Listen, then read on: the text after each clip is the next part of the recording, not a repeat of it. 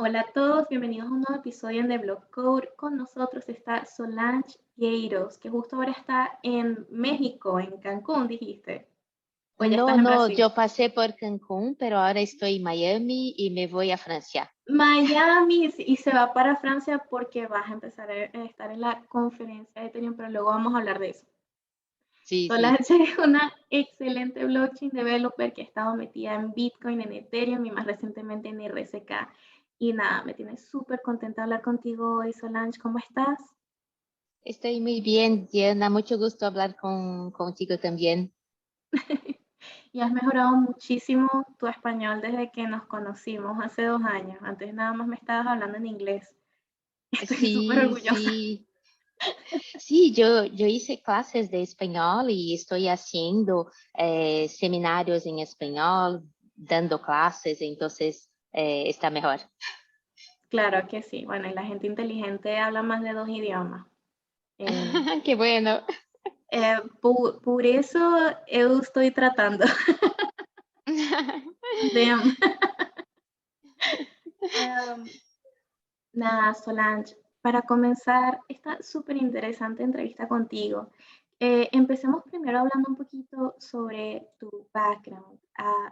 Me interesa muchísimo conocer cómo fueron tus inicios en lo que es el mundo de las criptomonedas y blockchain, porque he estado escuchando entrevistas tuyas y algo que me pareció súper peculiar es que tú solías ser profesora de baile. Sí, sí. ¿Cómo pasaste? Cuéntame. Sí, yo hice ciencia de la computación hace 20 años, pero en el mismo año que terminé ciencia de la computación, mi mamá me ayudó a abrir una escuela de baile. Entonces, de baile en parejas. Entonces, yo ensino samba, forró, salsa, lambada, zouk, tudo que se baila con una persona. Y por mucho tiempo hacía las dos cosas, porque los bailes son a la noche y podría trabajar con computación por el día. Pero después de 20 años haciendo esto, yo estaba cansada de la escuela de baile, yo vendí, llegué a ter 4 escuelas de baile, pero fui vendiendo todas y solamente me quedé con la computación. Pero el baile para mí era una cosa muy importante porque yo sentía que hacía la diferencia en la vida de las personas, porque hacía las personas más felices. Y cuando estaba solamente con la computación, no, estaba haciendo el básico. Entonces fue cuando conocí las criptomonedas y conocí el blockchain. Y en este momento para mí estaba muy claro que el blockchain va a cambiar el mundo, que va a ser tenemos un nuevo mundo con esto y que me gustaría hacer parte de este cambio. Y entonces empecé a estudiar mucho, trabajaba con extracción de datos en computación durante el día, me quedaba más 8 horas a la noche estudiando por 6 meses, hasta que empecé a hacer palestras, a hacer charlas y a dar clases, porque exactamente por el otro lado de la escuela de baile yo tenía facilidad para hablar y para explicar las cosas. Claro, pero también algo que llama la atención es precisamente que tú encajas entonces con el concepto idealista. Pasaste de querer hacer a las personas felices con el baile a ver en blockchain la posibilidad también de ayudar a las personas. Pero, ¿cómo exactamente te tropezaste con las criptomonedas? ¿Te dijo alguien sobre criptomonedas? ¿Recuerdas cómo fue ese primer momento en que tú escuchaste criptomonedas? No, no. Me acuerdo una vez que una persona habló la palabra Bitcoin, pero no hacía sentido para mí. Esto se fue en 2013. Mm, Y después, muchos años después, yo también hice inversiones en la bolsa de valores, entonces con acciones y comprar y vender, y me gusta hacer este tipo de cosas. Entonces yo conocí las criptomonedas por este lado, para hacer inversiones. Pero cuando conocí el Bitcoin, que para mí era la única, yo pensaba que la única manera de tener Bitcoin o la mejor manera sería con la minería. Entonces yo tenía que minerar mis bitcoins. Pero esto se fue al principio de 2017. Y en esta época no es más posible minerar con una computadora normal, solamente con supercomputadoras especializadas. Entonces empecé a buscar minería en nube y compré minería, pero no es de verdad. La mayor parte de estos son scams. Entonces yo digo que entré por el lado negro de la fuerza, porque entré perdiendo dinero en scams. De enero a marzo de 2017, perdí un Bitcoin haciendo este tipo de cosas. Pero Ouch. aprendí cómo las cosas funcionaban, entonces fue al costo del aprendizado. Sí, eres una optimista, totalmente. Sí, perdí un montón de dinero, pero aprendí. Sí, mucho, mucho. Y cuando se aprende de esta manera, no se olvida nunca más. Ciertamente. No, Solange, y de verdad, bueno, nada, eso está súper interesante y también revela que parte de tu carácter, nada, es resiliente, es ya encontré lo que me gusta y bueno, el golpe que me lleve será para aprender, se respeta. Sí, sí. Pero yo empecé haciendo trades, pero cuando conocí el blockchain, para mí esto sería la diferencia, no solamente el Bitcoin, porque la capacidad de ejecución de smart contracts, de tener un ambiente autónomo, descentralizado, esto me encantó por completo. Y entonces podría usar mis conocimientos de ciencia de la computación en esta parte. Y a esto estudié más para ser una desarrolladora de Ethereum y hacer smart contracts. Claro. Y bueno, ya llevas en esa carrera bastante tiempo y eso también nos lleva a, a la parte de lo que son estos retos, ¿no? De nuevo, eh, me ha ido llamando mucho la atención mucho de tu historia que he ido aprendiendo y que me encanta que estemos compartiendo acá, porque también tengo entendido que hubo una parte de tu carrera en la que te dedicaste a hacer consultorías y que eso también tuvo Sí, sus sí. retos, ¿no? Y me llamó mucho la atención los retos tecnológicos a los que te enfrentaste cuando estabas aprendiendo a ser desarrolladora de Ethereum con smart contracts. Quisiera que me hablaras sobre estos retos que te fuiste encontrando. ¿Cuáles fueron tus mayores dificultades al ir aprendiendo a ser desarrolladora de Ethereum? Al principio no había material disponible, había mucho poco y las cosas no estaban bien. Entonces, yo en 2017 intenté hacer un curso de Blockchain Academy de Brasil y la Blockchain Academy es muy buena, pero mismo con todo esfuerzo que tuvieron, no habían logrado tener un buen profesor de smart contracts. Entonces, hasta el último día no sentía que aprendí muchas cosas. Y entonces, un día antes de terminar las clases, un día antes del último día, yo llegué a mi casa y fui para la computadora y voy a resolver esto, que me gustaría de crear una rede privada de Ethereum. Esto para mí era lo básico. Y conseguí con muchas horas de trabajo hasta las 3 de la mañana y al día siguiente llegué en la clase y empecé a enseñar cómo hacerlo. Entonces, el último día de clase yo estaba enseñando cómo hacer las cosas. Escribí un artículo en 2017 cómo crear, que se llama La Saga del GEF, que es todo el proceso para crear una red privada y mi proceso que fue con mucho trabajo y que hasta hoy es interesante porque está actualizado, la manera es la misma y desde entonces me dediqué también al ensino, a intentar ensinar a las personas. En enero de 2018 fue otro momento muy importante en mi carrera de blockchain, porque yo estaba en la Campus Party de Brasil, es un gran evento que hay un montón de tecnologías, Y en la parte de blockchain yo estaba ya para aprender, pero las otras personas que también estaban aprendiendo percibieron que yo sabía más que ellos y ya estaban me pidiendo para dar una clase. Y al último día el ponente no pude comparecer, entonces yo agarré mi computadora y fui al palco a empezar a ensinar o que sabía, porque no había nada preparado. Ensiné entonces a crear a criptomoneda de la Campus Party, esto en enero de 2018, y los otros chicos que estaban conmigo dijeron que fue la mejor clase, la clase que más aprendieron, y los portales de criptomonedas hicieron entrevistas conmigo, y entonces comencé también a quedarme conocida en el medio. Pero excelente. Digamos entonces, Solange, que eres una educadora natural.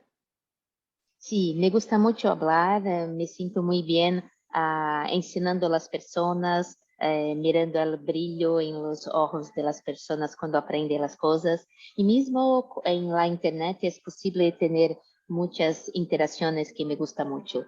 Pero al camino, la parte realmente de encontrar material fue la más difícil al principio. Entonces hoy yo tengo un montón de cosas que escribí en portugués, inglés, español para ayudar a las personas a empezar. Y después de esto, yo cuando estoy dando una clase, digo que me gusta vivir peligrosamente, porque es un momento muy peligroso. Porque todas las veces que estoy dando una clase, existe la posibilidad de que algo se cambió al medio. Y esto se pasó al medio de algunos cursos que yo di. Yo estaba dando un curso que en un día las cosas funcionaban, pero al día siguiente Truffle cambió su versión y nada más funcionó, y yo tuve que pasar la noche entendiendo qué pasó para el día siguiente dar otra clase. Entonces, es siempre esto, las cosas que funcionan en un día, a veces no funcionan en otro, y enseñar de esta manera es vivir peligrosamente. Yo pensé que vivir peligrosamente era sacar el pendrive.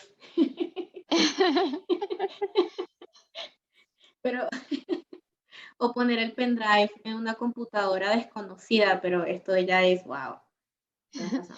Pero sí, mira, tú estás con un montón de personas enseñando y las cosas no funcionan más, pero tú sabes las cosas, pero las cosas cambiaron. Exacto. Tú sabías, tú Sí, pensabas que exactamente. sabías. Exactamente. Entonces, todo el tiempo tengo esta sensación de que no sé las cosas, de que tengo que aprender más, de que tengo que hacer más. Y esto es bueno para mí. Me gusta. Eso es, hablando ya a título personal, de verdad que yo creo que eso es lo que define a un buen educador, es el hecho de que sigues siendo un estudiante. Sí, sí, Nunca pienso dejas que de ser sí. un estudiante, o sea, nunca vas a llegar al punto en que lo sabes todo, Sí, y el querer que los demás estén al mismo nivel que tú, eso es lo que te hace un buen educador, porque lo que te mueve es ser curioso y querer ayudar a otros. Entonces, excelente eso. sí. Una otra cosa que pienso que fue muy importante para mí en mi camino fueron los eventos internacionales y los hackatones. Entonces, cuando empecé a viajar para los eventos, mismo en Brasil, para la primera conferencia que fui en Brasil, yo soy de São Paulo, fui a Brasilia a una conferencia de Bitcoin y me encantó, aprendí mucho. Isso en 2017, y al fin de año me fui a la primera, la BitConf, que fue en Bogotá, Colombia. Y yo estaba empezando, no tenía dinero para todas las cosas, entonces estaba muy lejos, con una bicicleta de la dueña del departamento para ir a la conferencia, pero estaba en la conferencia, para mí fue muy importante todo mi aprendizado, y esta parte de ir en las conferencias es muy importante para en este medio. Es el mejor momento de aprender las cosas. Mismo ahora, las conferencias virtuales podemos aprender el contenido, pero cuando sea posible de ir a una conferencia presencial, recomiendo que vas porque hace toda la diferencia. Y después de esto, de 2018 en diante, intenté ir a todas las conferencias que pude. Incluso mi primer hackathon fue en Buenos Aires en mayo de 2018. Hice un proyecto interesante, no gané nada, pero en 2019 gané premios en hackathons. Entonces gané un premio haciendo un bot de arbitraje en un hackathon de Ethereum en Nueva York, en ETH New York. Y después gané otro premio haciendo un juego en el blockchain de Waves en el hackathon de ETH Berlín. Y el año pasado fue mi último gran premio en hackathon presencial, que fue en ETH Denver, que es el mejor hackathon del mundo, recomiendo, y que gané un premio del gobierno del estado de Colorado. Esto es una gran honra, porque imagina un gobierno de un estado soportando, patrocinando un evento de Ethereum. Esto es un sueño. Ah, es demasiado genial, es demasiado genial. Y Sí. gracias por comentar sobre esa experiencia y cómo has ido creciendo. Yo tuve mi primer hackathon este año, no chiquito, Ah, qué bueno. pero de verdad que tienes razón. Yo salí de esa experiencia de hackathon eh, entendiendo mucho de cómo es la dinámica de equipo y cómo salen a la luz realmente soluciones originales e increíbles, y es a partir de 5 extraños. Hay que encontrar un Sí, desarrollador, hay que encontrar un product manager, hay que exactamente. encontrarlos a todos como si fuéramos Pokémones. Pero una vez Sí, que todos nos unimos, no gané nada tampoco. Pero si tú pudiste, yo también puedo. Gracias. sí, sí, todos podemos. En mi primer hackathon que fue a Buenos Aires, estábamos en una persona de Buenos Aires, dos de Brasil, otro de los Estados Unidos, y hicimos un proyecto que no ganó nada, pero pienso que este proyecto fue una inspiración para el Pope hoy de Proof of Attendance, porque hicimos un token infungible para hacer memorias de eventos. Mm, Entonces, esta es una idea que para mí fue el futuro y que después se tornó otros proyectos. Para mí fue muy importante. claro. Bueno, mi primer hackathon fue haciendo esto fue mi idea porque tengo un amigo que, alguien que él quiere mucho, se casó recientemente. Y bueno, esta ya soy yo poniendo mis cuentos, ¿no? Pero algo que me gustó mucho fue que se me ocurrió proponerle que qué tal si agarraba y tomaba una foto de los recién casados y lo convertía en un NFT, porque no sabía qué regalarle a su amigo. Y su Mm. amigo es programador.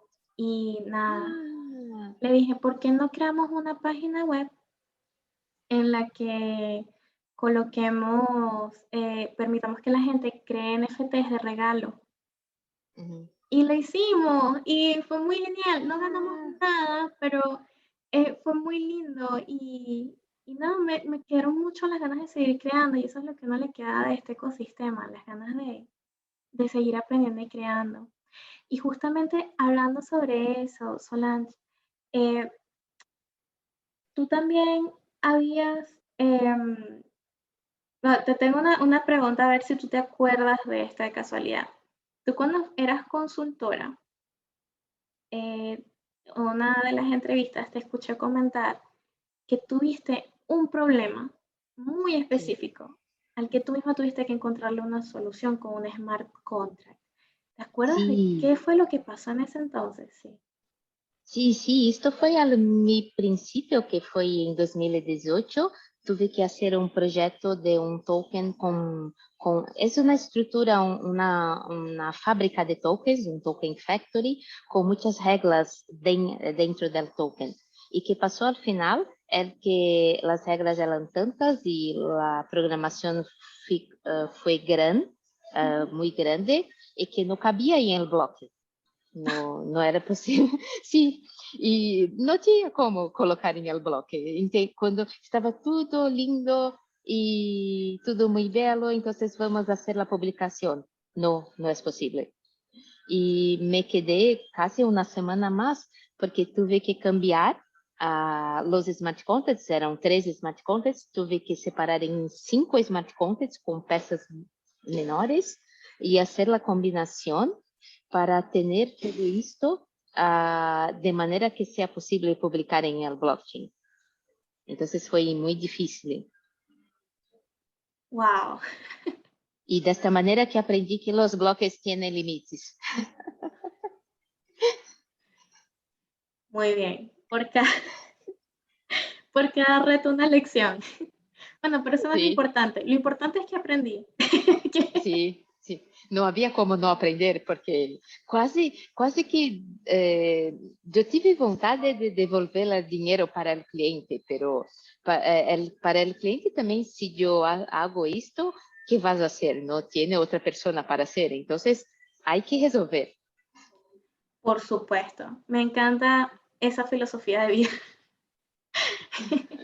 En Venezuela, como decía mi abuela, es pa'lante es para allá y para atrás ni para agarrar impulso, decía ella. Sí, Hay que perfecto. resolver. Sí, sí. Bueno, la vida peligrosa de una blockchain developer. Sí. Muy emocionante. Muy emocionante ahora que lo pienso. Sí. Ahora quisiera que habláramos sobre los proyectos en los que has trabajado, ¿no? ¿Dirías que tu trabajo podría ser descrito como blockchain agnóstico? Porque has trabajado tanto con Bitcoin, con Ethereum y más recientemente con RCK. ¿Me podrías explicar qué te trajo de cada uno de estos proyectos? Sí, incluso puedo decir que es más agnóstico ainda, porque también para una otra compañía, que es Transfero, estoy trabajando con Solana, que es otro mundo también. Entonces, para mí, Bitcoin y Ethereum son las bases. Esta es que es la verdad. Porque el Bitcoin es el concepto que hoy incluso las grandes empresas están usando como reserva de valor. Me gusta mucho de esto. Pero la capacidad de programación está en el Ethereum. Ethereum para mí es el mejor en este sentido, que yo puedo programar, yo puedo hacer lo que quiera en Ethereum. Y esto para mí es todo. Y lo que me gusta en RSK específicamente es que está incluso en mi presentación, que para mí es el mejor de los dos mundos. Porque yo tengo los mismos mineros del Bitcoin, entonces yo tengo la seguridad de la red del Bitcoin, pero yo tengo toda la capacidad de ejecución de los smart contracts de Ethereum. Entonces yo puedo hacer las dos cosas. Cuando empecé en RSK, empecé intentando hacer todas las cosas que ya hacía en Ethereum, porque para Brasil yo soy una referente de Ethereum, hago un montón de cosas, entonces cuando vine a RSK voy a intentar hacer todo. Y las cosas son posibles. Para mí, cuando estoy dando un curso y la única cosa que cambia es en qué red voy a hacer la publicación, el restante es lo mismo. Solamente en proyectos muy complejos hay una u otra cosa que es una particularidad, pero para 95% de los proyectos es lo mismo. Entonces esto para mí fue muy bueno y muy fácil de hacer, porque estoy hablando de las mismas cosas. Por ejemplo, cuando digo que estoy haciendo un otro proyecto con Solana, es otro mundo, porque Solana es como una programación de bajo nivel, es muy diferente, es más difícil. Para mí el padrón, el estándar que Ethereum creó, es el mejor para seguir para las cosas. Entonces, el concepto de la máquina virtual del Ethereum es el mejor. Y RSK usa el mismo concepto, entonces estamos hablando de las mejores cosas. Claro. Y si me permites una pregunta ingenua. Yo te pregunto sobre, claro, las diferencias entre proyectos, porque existe esta noción de que cada nuevo proyecto viene a derrotar al otro. Sí. ¿Dirías que estos proyectos, siendo diferentes entre sí, en realidad pueden cancelarse entre sí? Es decir, RSK puede ser algo realmente que haga que desaparezca Ethereum o que compita con Ethereum. Son competidores entre ellos. No, para mí no. Para mí son cosas distintas. Primero, Bitcoin no compite con Ethereum, que no compite con RSK, porque Bitcoin tiene sus características, su camino es la primera, es la base. Ethereum fue la segunda que logró la mayor cantidad de desarrolladores, de comunidad, de respeto y mucho dinero que está allá, entonces no hay problema. Quando hablamos de RSK, para mim, não estamos competindo com Ethereum, pero estamos fazendo um caminho paralelo, porque RSK é uma cadena paralela de Bitcoin. Então, falamos mais de Bitcoin do que Ethereum, pero é o mesmo meio de comunicação. E existem pessoas, por exemplo, que não les gustan Ethereum, solamente les gustan Bitcoin. Entonces, tener RSK es muy importante para estas personas porque pueden hacer sus inversiones, sus aplicaciones descentralizadas, porque hay un montón de cosas de DeFi en RSK y están en el mismo mundo del Bitcoin. Entonces, pienso que las personas, incluso es una cuestión de filosófica, porque son los valores que cada una de las personas acreditan. Y pienso que no va a existir un único blockchain en el mundo. Tenemos blockchain con propósitos diferentes, con objetivos diferentes y que van a ser complementares en muchos aspectos y que lo más importante es tener la interoperabilidad entre las redes. Claro, eso es de hecho un concepto del que se va hablando cada vez más, ¿no? Alcanzar la interoperabilidad. Sí. Tu español está mejor que el mío. Qué bueno. No, Y Solange, me encanta que me estés conversando sobre, claro, estas diferencias entre proyectos y aclarando precisamente que cada uno en realidad ataca algo completamente diferente. Y quisiera entonces aprovechar la oportunidad para que nos expliques entonces cuáles son las principales diferencias entre la blockchain de RSK con las de Bitcoin y Ethereum, explicándonos cómo funciona RSK. Nos tienes una presentación, creo. Tengo, es mejor compartir. Necesito tu autorización para compartir mi pantalla. Dale. Entonces vamos a hablar un poquito más de RSK. RSK, como lo dije, es una sidechain o una cadena lateral de Ethereum. Entonces, que tiene una conexión con la cadena principal, que no caso es Bitcoin. Pero al mismo tiempo estamos hablando de un blockchain independiente. Pero la moneda nativa está vinculada al valor da otra, o sea, un RBTC que existe en la red de RSK vale un Bitcoin, exactamente el mismo. Y se puede cambiar para los dos lados. Entonces, para RSK y de vuelta para el Bitcoin. Y es esto, el RSK es una sidechain del Bitcoin con la capacidad de ejecutar los contratos inteligentes de Ethereum. Y como lo dije, entonces es 1 para 1. Me gusta mucho esto. Es como tener el Bitcoin como siendo el centro, que es la manera como guardamos el valor, y RSK como siendo una segunda capa para hacer la lógica del negocio. Y hay también una cosa importante, que el grupo de IOV Labs también crea una otra estructura hoy que es el RIF, que es el RSK Infraestructura Network, con algunas herramientas y listas para que tu desarrollo en RSK sea más rápido y más eficiente, como herramientas para hacer login, para identidades y para compartilhamento, para store descentralizado. Entonces, hay muchas cosas interesantes. Pero cuando hablamos de RSK, tenemos que conocer dos conceptos. Uno que es el Merged Mining y dos que es de Two-Way PEG o de Bridge. Entonces voy a hablar un poquito de cada uno. El Merged Mining significa que la red, los bloques de RSK son minados por los mismos mineros de Bitcoin y entonces tenemos toda la fuerza de la red del Bitcoin. Y para ellos no tiene un costo adicional, solamente cambian el software que están usando porque ejecutan un software especial que tiene la capacidad de reconocer los bloques de las transacciones de Bitcoin y las transacciones de RSK y de validar cada una en su propia cadena. Y esto solamente es posible porque ambas las redes utilizan el mismo algoritmo de Proof of Work, de prueba de trabajo, que es el doble SHA-256.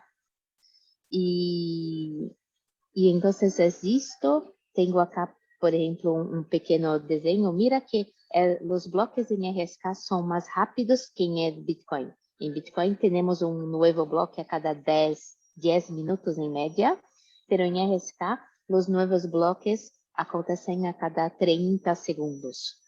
Y esto es importante para ejecutar los contratos inteligentes. No hay como esperar 10 minutos para ejecutar un contrato inteligente. Y esta es otra cosa muy importante, entonces. Y este es el software que yo lo dije, entonces los miners reciben las transacciones y hay un reconocimiento para saber si la transacción es de RSK o es de Bitcoin. Y ya lo dije esto. Hay una cosa importante acá. En este proceso, no son creadas nuevas monedas en la red de RSK, porque recuerda que RSK usa las monedas, usa el Bitcoin. Entonces, el Bitcoin se queda bloqueado en la red de Bitcoin y es liberado para utilizar en la red de RSK. Entonces, no hay nuevas monedas. Los mineros reciben las recompensas que são as taxas da execução de los smart contracts. Então, para isto é interessante para os mineiros. Los ganam as taxas. Que é isto? Então, são as tarifas da rede de RSK. E mira que este é o mesmo hash, é o mesmo processamento do Bitcoin. Isto é realmente muito interessante. Y acá, si quieres conocer más de la minería, entonces puede ir directamente a la página de RSK. Y el otro concepto importante es el two-way peg, o ahora es llamado de pool peg, que es este concepto de bloquear el Bitcoin y tener en la red como RBTC y después hacer el proceso inverso. Entonces, ¿qué pasa? Este es una bridge, una puente, un componente que conecta las dos redes y que permite la transferencia de los bitcoins a la red de RSK. ¿Y cómo funciona este proceso? Entonces, envía los BTC a una dirección especial, los BTC se bloquean en la red del Bitcoin, entonces este es el proceso de peg-in. Los BTC se transforman en RBTC. Entonces se puede utilizar en la red de BTC, incluso se puede, por ejemplo, usar en un protocolo de finanzas descentralizadas y al final tener más RBTCs do que tenía en BTCs. Es posible. Y después, cuando quieras, va a enviar los RBTCs a una dirección especial también, que es un smart contract, y que va a hacer la conversión para el Bitcoin de nuevo. Y acá debería tener un vídeo también, pero no está. No sé qué pasa con el vídeo. Y entonces es esto. Es importante, para mí, me gusta mucho, doy mucho valor a RSK porque usa el mismo concepto de Ethereum cuando hablamos de la máquina virtual. Entonces, la RVM, que es la RSK Virtual Machine, es compatible con la máquina virtual de Ethereum. Y entonces podemos usar muchas herramientas hechas para desarrolladores de Ethereum, como el Remix, Truffle, la biblioteca de OpenZeppelin, a Gas Station, no é gasolinera, el proveedor de billeteiras, a Web3, las propias billeteiras. Y, por ejemplo, otra cadena que hizo lo mismo proceso, que por ejemplo es Binance Smart Chain, también usa los mismos conceptos de Ethereum, pero ellos son más centralizados porque ellos solamente dependen de la red de Binance, enquanto que RSK está atrelada a los mineros del Bitcoin. Estamos hablando de mucha descentralización y fuerza. Me gusta mucho también presentar el ecosistema que tenemos hoy de finanzas descentralizadas o de Open Finance que decíamos, que hay un montón de, yo lo sé que están pequeños acá, pero hay un montón de billeteras, de herramientas para hacer swaps, como tenemos en Ethereum, para hacer préstamos, y también tenemos oracles, tenemos stablecoins. Entonces hay un montón de cosas acá que son muy buenas ya listas en Bitcoin. Esto es muy, muy bueno. Y para mí, entonces, como lo dije al principio, es lo mejor de Bitcoin y Ethereum. Y es esto, porque yo tengo el poder de los contratos inteligentes de Ethereum y tengo la seguridad de la red del Bitcoin. Y acá, si quieres, puede entrar en contacto con los desarrolladores directamente, porque hay un canal en Slack para todos. Y bueno, yo tengo también mis contactos, entonces yo voy a presentar también acá, porque yo tengo en mi sitio personal, están los tutoriales en español, portugués e inglés, incluso los eventos que yo hago, porque yo hago eventos casi todas las semanas y publico los enlaces de YouTube y todo, y se puede mirar en la lengua que quieras y mencionar en LinkedIn, en cualquier otro lugar. Entonces, esta es la presentación. Excelente. No, la verdad tengo preguntas. Sí, puede preguntar todo. No, no llama muchísimo la atención esta red paralela, porque de nuevo, si lo describimos entonces como una red que trabaja con Bitcoin y los smart contracts de Ethereum, en efecto es mucha descentralización de poder. Y me llama mucho la atención que maneja conceptos que ya conocemos desde afuera de Ethereum. Tú me dices que a nivel de programación se parecen mucho, pero desde afuera, por ejemplo, llama mucho la atención que RBTC, lo primero que me hizo pensar fue en Graph Ethereum, o sea, web. Entonces, sí, son cuestiones similares. Lo que pasa es que en la red de Ethereum tienes Graph, básicamente cualquier cosa que quieras fuera de la red. Y supongo que de RSK trabajan exclusivamente con Bitcoin, pues. Sí, exactamente. El principal, sí, porque no es exactamente un Rapid, porque mira, en la red de RBTC fueron creados la misma cantidad de Bitcoins. Ya existen. Solamente se bloquea en la red de Bitcoin y se desbloquea en la red de RSK. Entonces, no puedo decir que es exactamente un Rapid, Claro. porque hay algunas camadas de seguridad para esto, para tener estos Bitcoins guardados de una manera segura, y por más que hay una federación también con control de esto, es descentralizado. Podemos decir que está mucho descentralizado, incluso con utilizando hardwares para que si una persona tiene atacar los Bitcoins que están bloqueados en esta red, que no se pueda. Ok, a Y, nivel de por ejemplo, usuario, ¿no? sí, A nivel sí, de usuario, pregunto, entonces podríamos decir que los bitcoins que se manejan en la red de RSK son tan bitcoin como los que se manejan, por ejemplo, en Lightning Network. Funciona diferente, pero es bitcoin. sí, Ok, sí, sí, pero eso me ¿qué refiero, pasa? no Sí, funciona igual, pero estamos sí, hablando del mismo bitcoin, pues. exatamente. Ok. Pero quando hablamos de la Lightning Network, tudo que passa em la Lightning Network não está em blockchain. Mm, Solamente temos um registro em Bitcoin de la entrada para la Lightning Network e depois de la salida, quando se vuelve al Bitcoin. E sí, tudo que se passa a achar, não temos nenhum registro. Pero quando vamos para RSK, también tiene el registro de entrada del Bitcoin, tiene el registro de salida, pero todo que pasa es otro blockchain, entonces hay registro de todo. Entonces, claro. esta es la gran diferencia. Mm, ok, ok, ok. Bueno, pero para no ser un arroz con mango, como quien dice, para quien no sepa, Lightning Network es un proyecto completamente diferente dedicado a la red de Bitcoin. Sí, Es otro proyecto completamente diferente que trabaja con smart contracts. Vamos a dejarlo hasta allí. eso. Sí, pero podemos decir que el concepto es lo mismo, ¿no? Porque se sale del Bitcoin para hacer cosas y se puede volver al Bitcoin. Esto es lo mismo. La Mm, diferencia es que Lightning podemos hacer un montón de pagos y que estos pagos no tienen ningún registro, es solamente un canal de pagos.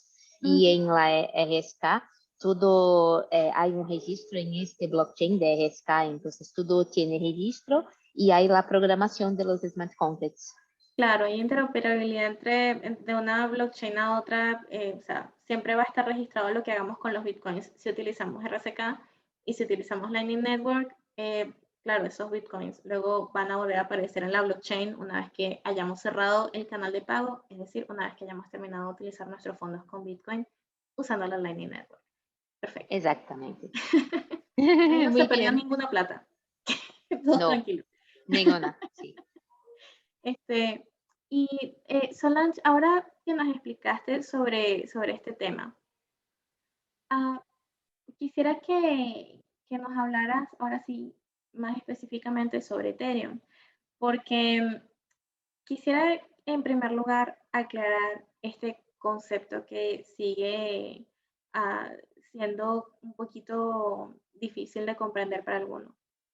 ¿Qué es Ethereum 2.0 y qué es lo que se viene con esta versión 2.0 de la red? Sí, está bien.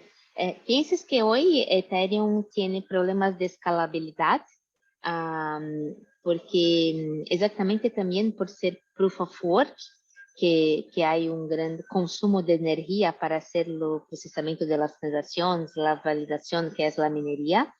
Y entonces el cambio para Ethereum 2.0 que se va a hacer proof of stake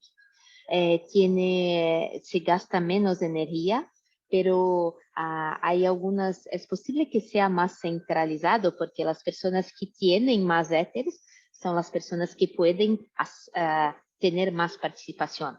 Entonces, es un concepto un tanto cuanto complicado, pero imagina que el Ethereum 2.0 sea un montón de cadenas de Ethereum de hoy.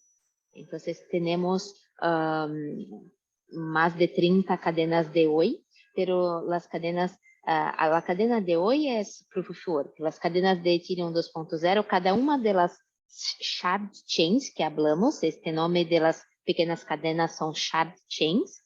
Estas cadenas, elas pueden ter outros conceptos de validação, e por isso que é Proof of Work, pero hay una cadena importante principal que hace a comunicação de todas essas pequenas shard chains.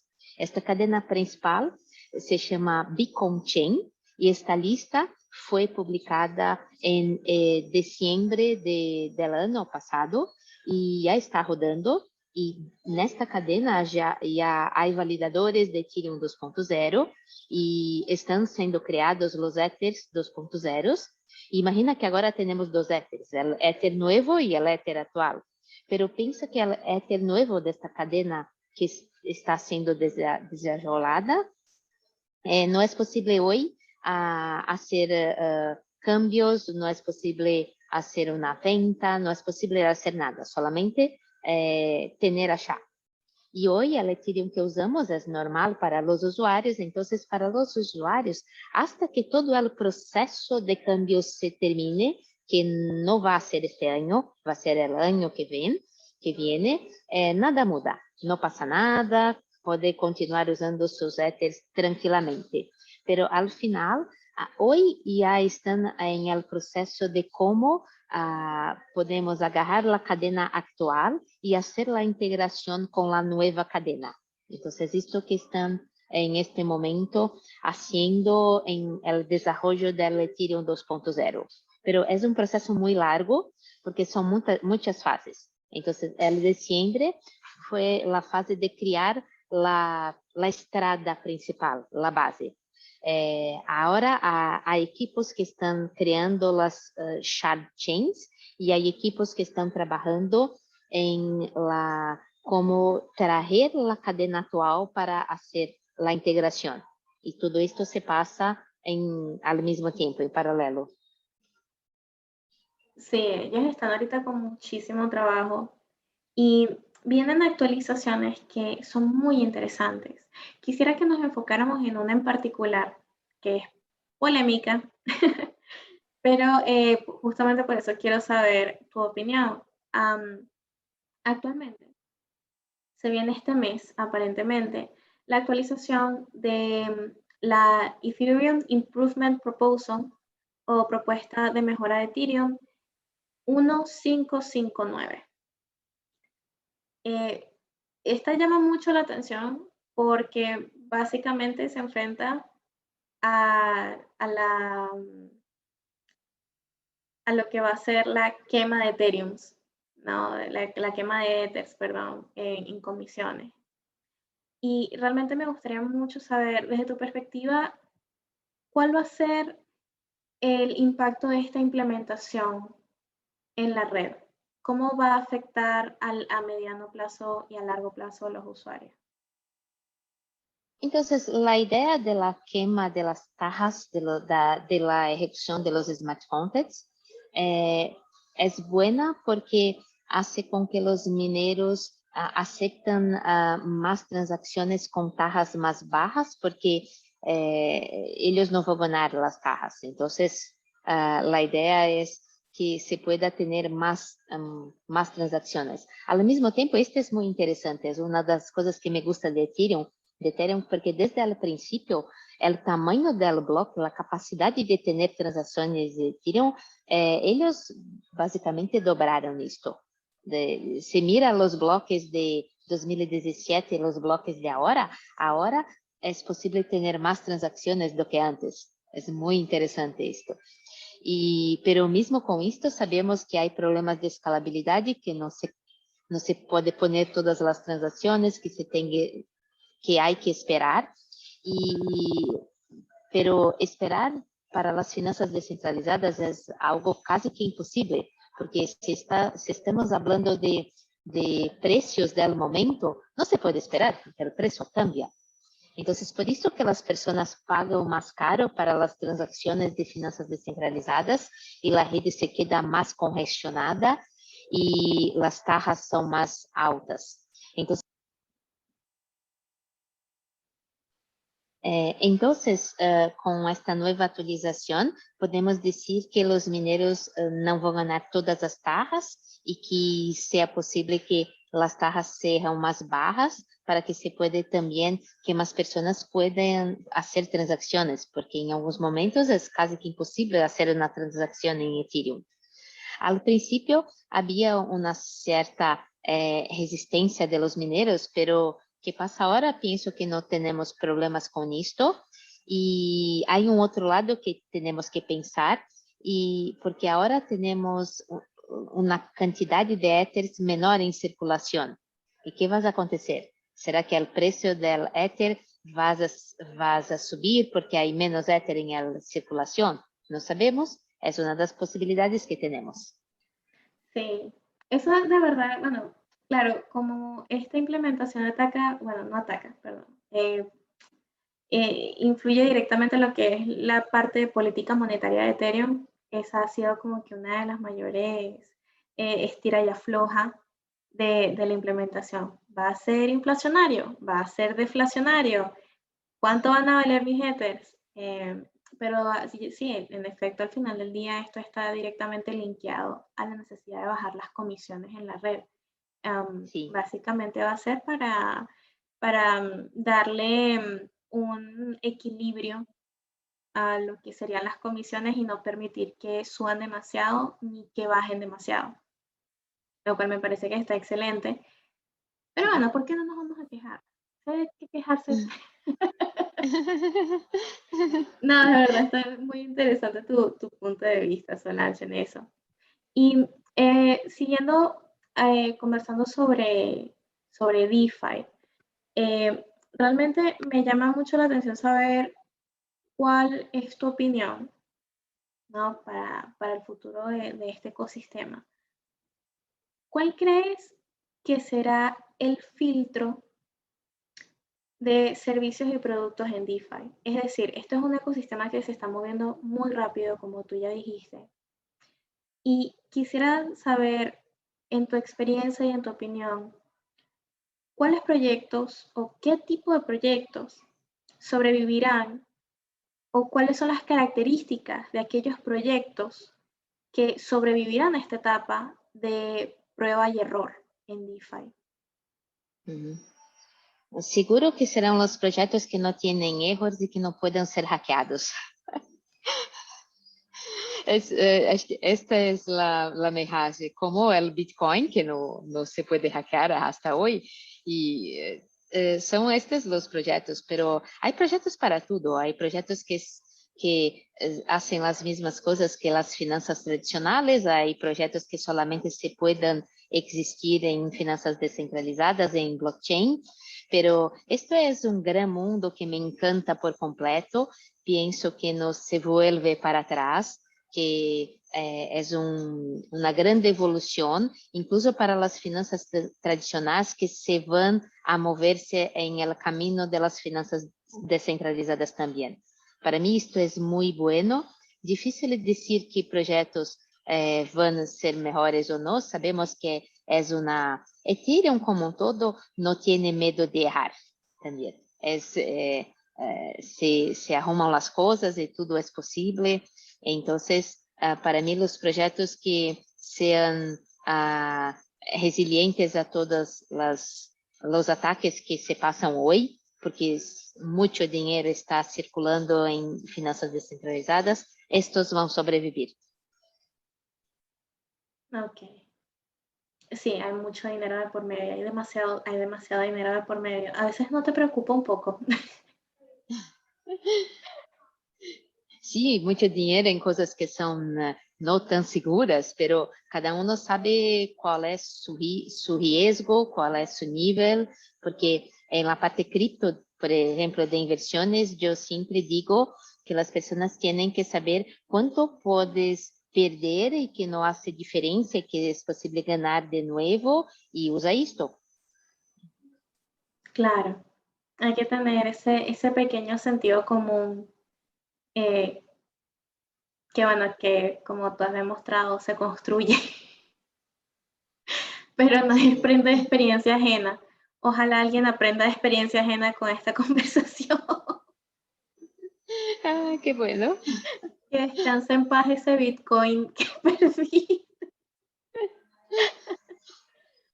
Y Solange, te tengo dos preguntas más, ¿no? Una es con respecto a Latinoamérica, porque algo que he estado escuchando cada vez más en conversaciones con personas de precisamente de la región es la falta de material adecuado en español, ¿no? Y muchas veces las barreras de este estilo se parecen entre sí, entre las diferentes personas que me han comentado. ¿Me podrías decir, en tu opinión, eh, cómo has visto lo que es el desarrollo de estas tecnologías con blockchain y criptomonedas en Latinoamérica? Ya siendo una desarrolladora que trabaja directamente desde Brasil, en tu opinión, ¿qué es lo que le hace falta a este ecosistema en Latinoamérica para ser un competidor del nivel de soluciones en otras regiones del planeta?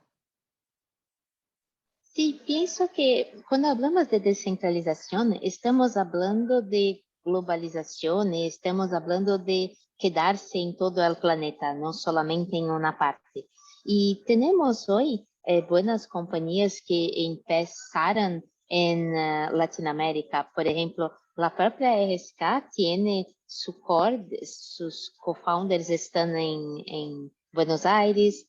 Tenemos también el Open Zeppelin, que es una biblioteca muy importante para Ethereum, que empezó en Buenos Aires también. El Hard Hat, que es otra herramienta que usamos mucho para el desarrollo en Ethereum también, con personas de Latinoamérica. Entonces yo veo que hay personas en Latinoamérica, pero estas personas no están haciendo desarrollo para Latinoamérica. El desarrollo es para el mundo.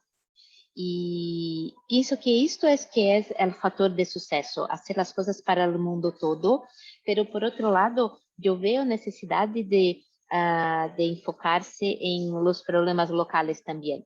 Entonces, hay que tener desarrollos específicos para las características que tenemos en nuestros países de Latinoamérica.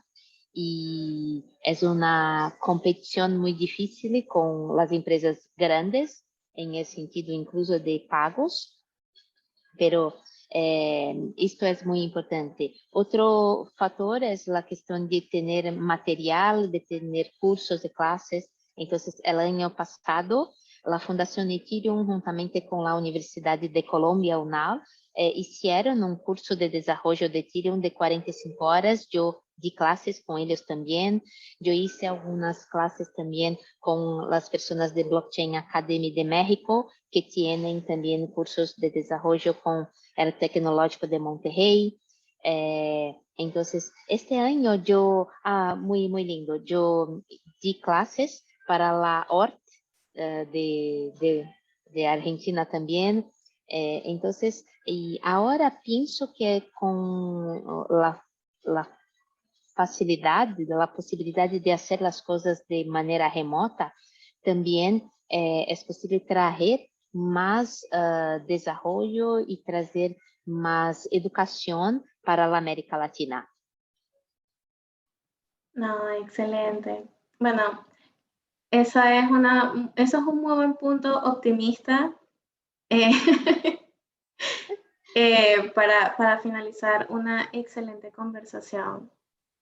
Muchísimas gracias por esta conversación, Solange. De verdad que otra vez subiendo las energías y la batería para seguir aprendiendo. Un gusto estar aquí, Diana, un gusto hablar con tú. Me acuerdo cuando nos conocemos en el ónibus de la BitConf de 2019. Sí, te tengo que pasar las fotos. Mina, me llamo Diana Aguilar. Mi palestra es sobre, se me olvidó, de qué era la mina palestra, pero me acuerdo que fue lo que significaba palestra y tú me la enseñaste, gracias. Sí, para mí fue un evento muy importante, muy difícil aquello, porque sabes que yo era la persona que estaba en el palco principal hablando de Ethereum 2.0. Fue muy difícil para mí, pero me gustó mucho, me encantó los desafíos, entonces fue muy importante para mí. Bueno, nada, prohibido olvidar. Hasta que nos volvamos a ver entonces, Solange, espero que pronto. Sí, espero que sí.